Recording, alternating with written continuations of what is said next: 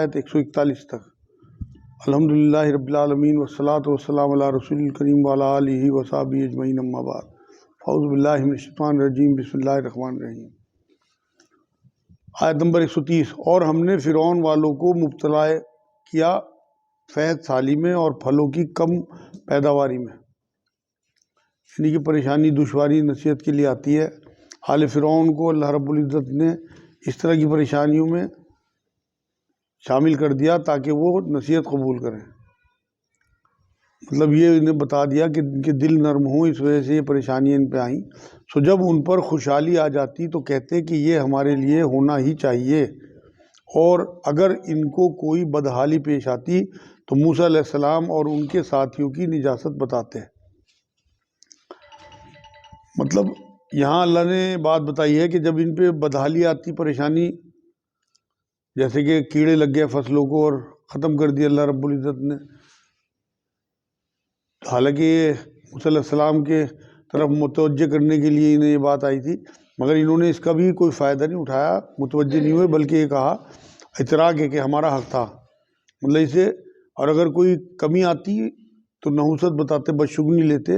الزام لگاتے اللہ پہ اور موسیٰ علیہ السلام پہ معاذ اللہ، کہ ان کی نحوست کی وجہ سے ہمارے اوپر یہ پریشانی آئی، اور اسے ساتھیوں کی نحوست بتاتے موسیٰ علیہ السلام کی۔ یاد رکھو ان کی نحوست اللہ تعالیٰ کے پاس ہے، مطلب ان کی سختی، جو عمل کی جو سختی آ رہی، یہ ان کی اپنی نحوست کی وجہ سے آ رہی، لیکن ان کے اکثر لوگ نہیں جانتے، اور یوں کہتے کیسی ہی بات ہمارے سامنے لاؤ کہ ہم ان کے ذریعے سے ہم پر جادو چلاؤ، جب بھی ہم تمہاری بات ہرگز نہ مانیں گے۔ مطلب ہٹ دھرمی ایسی تھی کہ ہم ثابت قدم رہیں گے، مانیں گے نہیں، اپنی ڈھیٹ پہ اڑے رہے، مطلب کیونکہ انہیں جادوگر مان رہے تھے تو یہ کہہ رہے تھے کہ اتنا ہی جادو ہم پہ چلا لو، ہمیں اوپر کوئی اثر نہیں ہوگا۔ پھر ہم نے ان پر طوفان بھیجا، اور ٹڈیوں اور گھن کے کیڑا اور مینڈک اور خون، کہ یہ سب کھلے کھلے معجزے تھے۔ یہ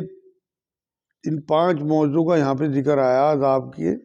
جو موسیٰ علیہ السلام کے ہوتے ہوئے فرعون کی قوم پہ اللہ رب العزت کی طرف سے آزمائش کے لیے آئے۔ سب سے پہلے تو طوفان، مطلب طوفانی بارش بے انتہا، سارا نظام جو ہے وہ تباہی کی طرف دھرم برم ہو گیا تھا۔ اس کے بعد مرد فصل جو ہوتی ہے، ٹڈی ہے، پوری فصل کو انہوں نے تباہ کر دیا۔ پھر گھن کا کیڑا، مطلب سروں میں جو ہے کثرت سے جوئیں ہونے لگی، اور مینڈک، پانی کھانے کے برتن سب میں مینڈک ہی مینڈک تھے، ان کا جینا حرام ہو گیا تھا۔ اور پھر خون، یعنی کہ خون کی بارش ایسی ہوئی اور تمام پانی کو اللہ رب العزت نے خون بنا دیا کہ نہ کھا سکتے تھے نہ پی سکتے تھے۔ کھانے کے برتنوں میں مینڈک تھے اور پینے کے برتنوں میں خون تھا، کہ یہ سب کھلے کھلے معجزے تھے اللہ کے، اللہ کی طرف سے موسیٰ علیہ السلام کی صداقت کی دلیلیں تھیں کہ ایک ساتھ اللہ رب العزت نے الگ الگ جو بھی انہوں نے دعائیں کی انہیں قبول کیا، اور دھیرے دھیرے ان سب میں یہ چیزیں اللہ نے برپا کی تاکہ یہ کسی طرح سے لوٹ کے آ جائیں۔ سو وہ تکبر کرتے رہے، اور وہ لوگ کچھ تھے ہی جرائم پیشہ، مطلب مجرم لوگ تھے، اڑیل، اور جب ان پر کوئی عذاب واقع ہوتا تو یوں کہتے کہ اے موسیٰ، ہمارے لیے اپنے رب سے اس بات کی دعا کر دیجئے جس کا اس نے آپ سے عہد کر رکھا ہے۔ مطلب یقین تھا ان اندر سے کہ یہ موسیٰ علیہ السلام سچے ہیں،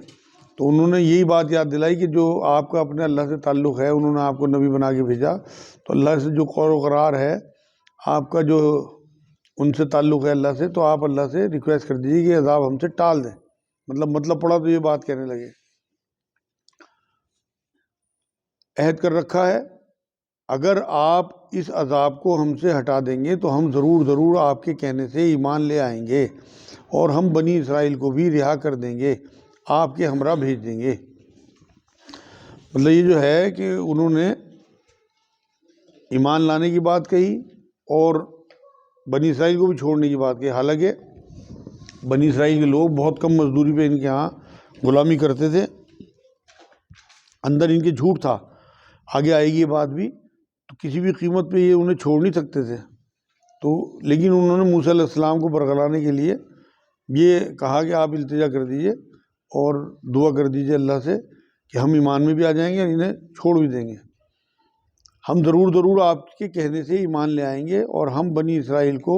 بھی رہا کر دیں گے، آپ کے ہمراہ کر دیں گے۔ پھر جب ان سے اس عذاب کو ایک خاص وقت تک کہ اس وقت ان کو پہنچا تھا ہٹا دیا تو وہ فوراً ہی عہد شکنی کرنے لگے، لکڑ میں آ گئے۔ عذاب مصیبت دور ہوتی جیسے ہی مطلب انہوں نے پریشانی دور ہوئی تو وہ بھول گئے کہ ہم نے کیا وعدہ کرا تھا اور کیا کہا تھا کہ ہم بنی اسرائیل کو بھی، حالات بدلنے پہ مطلب پلٹ گئے، فوراً وعدہ خلافی کی۔ پھر ہم نے ان سے بدلہ لیا، یعنی ان کو دریائے میں غرق کر دیا، اس سبب کہ وہ ہماری آیتوں کو جھٹلاتے تھے اور ان سے بالکل ہی غفلت کرتے تھے، مطلب لاپرواہی کی وجہ سے، ان کی وعدہ خلافی کی وجہ سے انتقام لیا اللہ نے ان کے جھوٹ کی وجہ سے۔ اور ہم نے ان لوگوں کو جو کہ بالکل کمزور شمار کیے جاتے تھے اس سرزمین کے پورب پشچم کا مالک بنا دیا، مطلب فلسطین اور شام کا جو علاقہ تھا بڑا زرخیز تھا اور اس پوری زمین کا وارث جو ہے وہ بنی اسرائیل کو بنا دیا۔ تو جو اوپر تھے فرعونی انہیں اللہ رب العزت نیچے لیا ہے، اور جو نیچے تھے بنی اسرائیل انہیں جو ہے اوپر لے گیا۔ اللہ نے انہیں اقتدار دے دیا، جو چاہے کر سکتا ہے اللہ۔ یہ ہمارے لیے بھی عبرت کی بات ہے کہ جن لوگوں کے پاس آج طاقت ہے، مال ہے، پیسہ ہے، وہ یہ نہ سمجھیں کہ مستقل ہے، کبھی بھی اللہ کسی کو بھی پلٹ سکتا ہے۔ اور یہاں اسی بات کا اللہ نے ذکر کیا کہ میں نے اس علاقے میں، فلسطین کا جو علاقہ اور شام کا علاقہ ہے، یہ بڑی زرخیز زمین ہے، ہریالی بہت ہے اس میں، اور بہت زیادہ جو ہے مقدس جگہ ہے، کیونکہ سینکڑوں کیا ہزاروں نبی آئے وہاں پہ۔ تو یہاں اللہ رب العزت نے وہی بات کی کہ ایسی زمین کا میں نے انہیں وارث بنا دیا۔ اور آپ کے رب کا نیک وعدہ بنی اسرائیل کے حق میں ان کے صبر کی وجہ سے پورا ہو گیا، مطلب صبر کے ساتھ موسیٰ علیہ السلام کے ساتھ چلتے رہے، فرعون کے ظلم سہتے رہے، دکھ جھیلتے رہے، اللہ رب العزت نے اس کے بدلے انہیں اقتدار کیا۔ اور ہم نے فرعون کے اور اس کی قوم کے ساختہ پرداختہ کار خانوں کو اور جو کچھ وہ اونچی اونچی عمارتیں بنواتے تھے سب کو دھرم برم کر دیا۔ بڑے بڑے پلازا، بڑے بڑی ان کی جو بلڈنگیں تھیں، مالز تھے اس دور کے ظالموں کے، ان سب کو اللہ رب العزت نے ختم کر دیا اور تنبیہ کر کے ان کو، اور مظلوموں کے لیے ایک امیدوں کا گلدستہ کیا بلکہ انہیں اقتدار دے دیا۔ یہاں اللہ رب العزت نے اسی بات کو کہا کہ ہم جو چاہے کر سکتے ہیں، اور ہم نے بنی اسرائیل کو دریا سے پار اتار دیا، بس ان لوگوں کا ایک قوم پر گزر ہوا جو اپنے چند بتوں سے لگے بیٹھے تھے، کہنے لگے اے موسیٰ ہمارے لیے بھی ایک معبود ایسا ہی مقرر کر دیجئے جیسا ان کے یہ معبود ہے۔ آپ نے فرمایا کہ واقعی تم لوگ میں بڑی جہالت ہے۔ مطلب وہاں سے جب پار ہوئے آگے بڑھ رہے تھے راستے میں تو انہوں نے یہ دیکھا کہ ایک قبیلہ تھا وہ بت پرستی کر رہا تھا، تو کیونکہ فرعون کے ساتھ رہے ہوئے تھے، اس کے غلام تھے، تو وہاں بھی انہوں نے بت پرستی دیکھی تو ان کی طبیعت چاہی، اور موسیٰ علیہ السلام سے انہوں نے ایسی خواہش رکھ دی کہ مجسم معبود جو ہمارے دھیان گیان کا مرکز ہو، ایسا ایک کوئی ہمیں بت بنا دیں،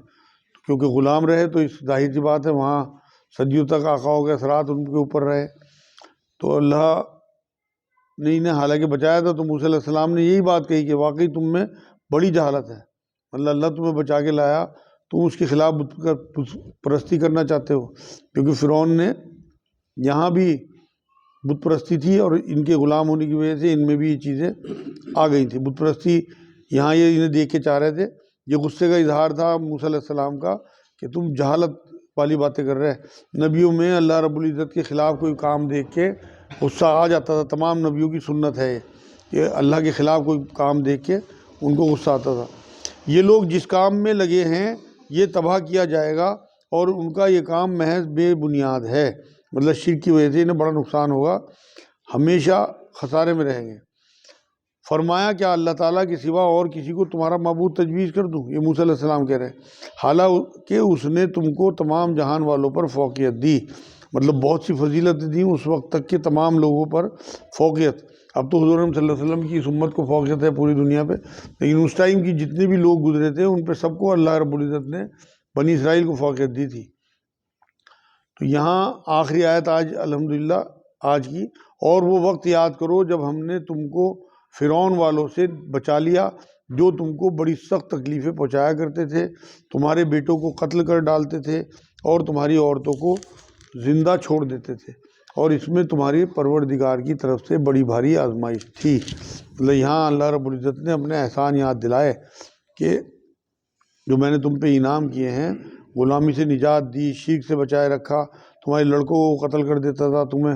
الٹی سیدھی مزدوریاں کراتا تھا، ظلم کرتا تھا، اور تم اس سب کے باوجود سارا کچھ بھول کے شرک پہ مبتلا ہونا چاہ رہے ہیں۔ یہ آج الحمدللہ 41 نمبر آیت تک پورا ہو گیا۔